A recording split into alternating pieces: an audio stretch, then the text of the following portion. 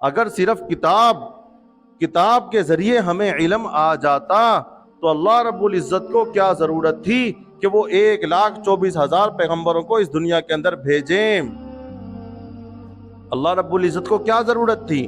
قرآن مجید نازل کرنا تھا نا، تو فرشتے کو دیتے جبرائیل کو، وہ جا کر ایک ایسی جگہ رکھ دیتا جہاں سے قرآن کبھی ختم ہی نہ ہوتا، لوگ اس سے رہنمائی حاصل کر لیتے بس۔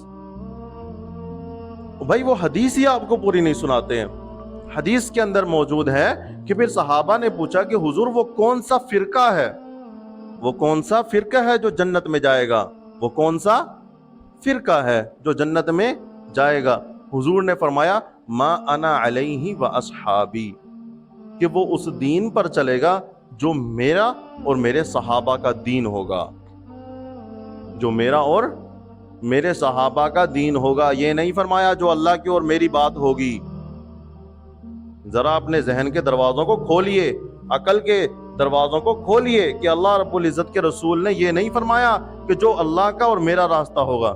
اللہ کا راستہ قرآن کریم، حضور کا راستہ سنت، حدیث، سنت نہیں حدیث، میرا راستہ حدیث، یہ نہیں فرمایا، بلکہ فرمایا ما انا علیہ و اصحابی، جس راستے پر میں اور میرے صحابہ چلے ہیں، جو اس راستے پر چلے گا وہ کامیاب ہے۔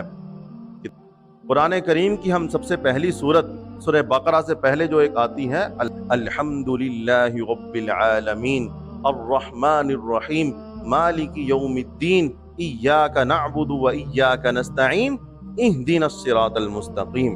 اللہ رب العزت سے دعا مانگنی ہے کہ اے اللہ ہمیں سیدھا راستہ دکھا، اہدنا الصراط المستقیم، اور یہ بھی دعا مانگنی ہے کہ سیدھا راستہ کون سا دکھا، صراط الذین انعمت علیہم۔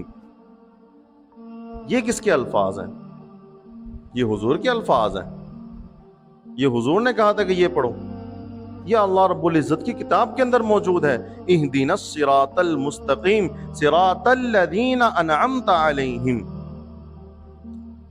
بعض حضرات یہ تو بتاتے ہیں کہ حضور نے کہا، اللہ رب العزت نے فرمایا ہے یہ دعا مانگو اہدنا الصراط المستقیم، کہ ہمیں سیدھا راستہ دکھا، اور پھر وہ اس کی تشریح اس طرف لے جاتے ہیں کہ سیدھا راستہ وہ ہے جو حضور کی کتابوں میں لکھا ہوا ہے اور جو قرآن مجید کے اندر لکھا ہوا ہے۔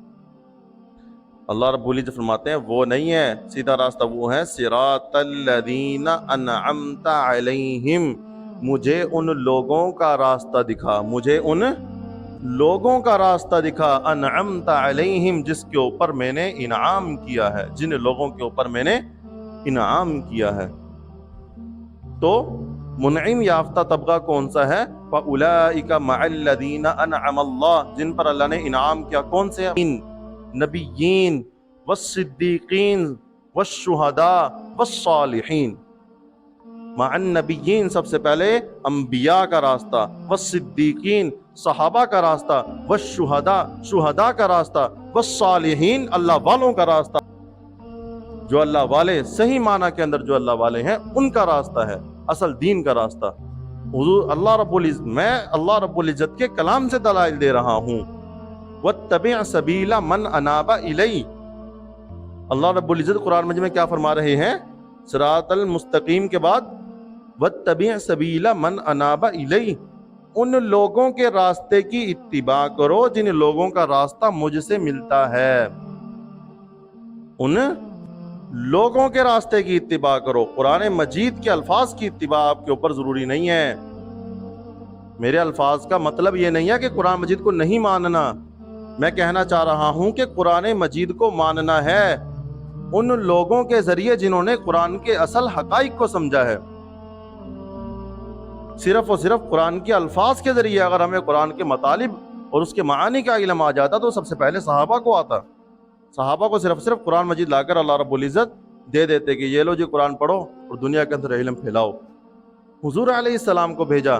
پھر یہ جو صحابہ کے واقعات ہوتے ہیں، یہ صحابہ سے جو کچھ خطائیں ہو جاتی ہیں، یہ کس کے لیے ہوتی ہیں؟ اس لیے کہ صحابہ گناہگار تھے اس لیے ان سے خطا ہوئی ہے؟ نہیں بھائی، صحابہ سے خطا اس لیے ہوئی ہے کہ حضور کی زندگی میں وہ خطا ہو جائے کسی سے، اس کے لیے اللہ رب العزت نے حضور کے صحابہ کو چنا کہ حضور کے صحابہ سے وہ غلطی ہو جائے تاکہ اس غلطی کے اوپر قرآن مجید کا کوئی حکم آ جائے، اس غلطی کی سزا شریعت کے اندر آ جائے، اس لیے اللہ رب العزت نے صحابہ سے وہ غلطی کروائی ہے، تاکہ آنے والے وقتوں کے اندر کوئی شخص یہ غلطی کر بیٹھے تو اس کو کیا سزا دینی ہے، اس کو وہ سزا دینی ہے جو صحابہ نے جو حضور علیہ السلام نے اپنے صحابی کو سزا دی ہے، ان کو وہ سزا دینی ہے، اپنی طرف سے سزا نہیں کرنی ہے کوئی۔ یہ حدود، یہ قانون، یہ اللہ رب العزت کا قانون ہونا چاہیے۔ اللہ رب العزت فرماتے ہیں وَاتَّبِعْ سَبِيلَ مَنْ أَنَابَ إِلَيَّ، ان لوگوں کے راستے کی اتباع کرو جنہوں نے میری اتباع کی۔ تو میں عرض کر رہا تھا کہ حضور سے سب سے پہلے قرآن مجید کس نے پڑھا؟ صحابہ نے۔ ایک صحابی کا واقعہ بڑی بڑی کتب میں موجود ہے۔ قرآن مجید کے اندر اللہ رب العزت نے ارشاد فرمایا حَتَّى يَتَبَيَّنَ لَكُمُ الْخَيْطُ الْأَبْيَضُ مِنَ الْخَيْطِ الْأَسْوَدِ مِنَ الْفَجْرِ۔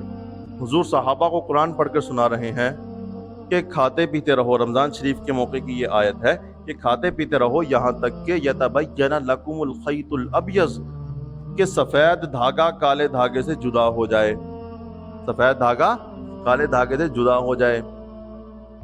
اب صحابی سے ایک واقعہ پیش آیا، وہ واقعہ اللہ رب العزت نے جان بوجھ کر اس صحابی کے دل میں ڈالا۔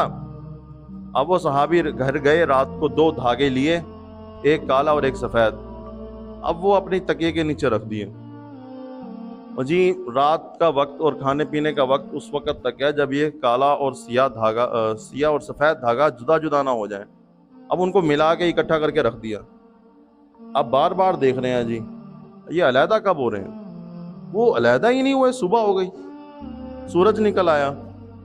اب وہ دھاگے لے کر حضور کے پاس آ گئے کہ اللہ کے رسول، اللہ نے فرمایا تھا کہ سحری کا وقت تو اس وقت تک ہے جب تک یہ دونوں ملے رہیں، تو یہ تو ابھی تک ملے ہوئے ہیں، ابھی تک سحری کا وقت ہے۔ حَتَّى يَتَبَيَّنَ لَكُمُ الْخَيْطُ الْأَبْيَضُ مِنَ الْخَيْطِ الْأَسْوَدِ۔ حضور ہنسنے لگے اور فرمایا میرے صحابی تم مجھ سے پوچھ لیتا کہ اس آیت کا مطلب کیا ہے۔ اس آیت کا مطلب دھاگے نہیں ہیں، اس آیت کا مطلب ہے دن کی روشنی اور رات کا اندھیرا۔ دن کی روشنی یتبین لکم الخیط الابیض، سفید دھاگے سے مراد دن کی روشنی ہے، وخیط الاسود، خیط الاسود سے مراد رات کی تاریکی ہے، رات کا اندھیرا ہے۔ جب تک یہ دونوں نمایاں نہ ہوں اس وقت تک کھاتے پیتے رہو۔ تو اس صحابی کو بھی حضور کے سمجھائے بغیر سمجھ نہیں آیا۔ تو آج آپ اور میں کس کھیت کی مولی ہیں کہ ہم یہ دعویٰ کر سکے کہ ہم قرآن مجید اکیلے پڑھ کر سمجھ سکتے ہیں۔ یہ جو صحابی سے واقعہ اللہ رب العزت نے کروایا ہے، یہ اس لیے کروایا ہے کہ آنے والے وقتوں کے اندر ایسے فرقے آئیں گے جو یہ کہیں گے کہ حسبنا کتاب اللہ، کہ ہمیں اللہ کی کتاب کافی ہے۔ ان کے لیے یہ دلیل ہے کہ اللہ رب العزت کی کتاب اکیلی کافی نہیں ہے، بلکہ اللہ رب العزت کے کتاب کے مطالب سمجھنا، اس طرح سمجھنا جس طرح میں نے سمجھائے ہیں، جس طرح میرے حبیب نے سمجھائے ہیں، جس طرح میرے حبیب کے صحابہ نے سمجھائے ہیں، صحابہ سے سمجھ کر صحابہ کے شاگردوں نے سمجھائے ہیں، اس طریقے سے قرآن کریم کے مطالب کو سمجھنا، قرآن کریم کے مطلب کو سمجھ کر اس پر عمل کرنا ضروری ہے۔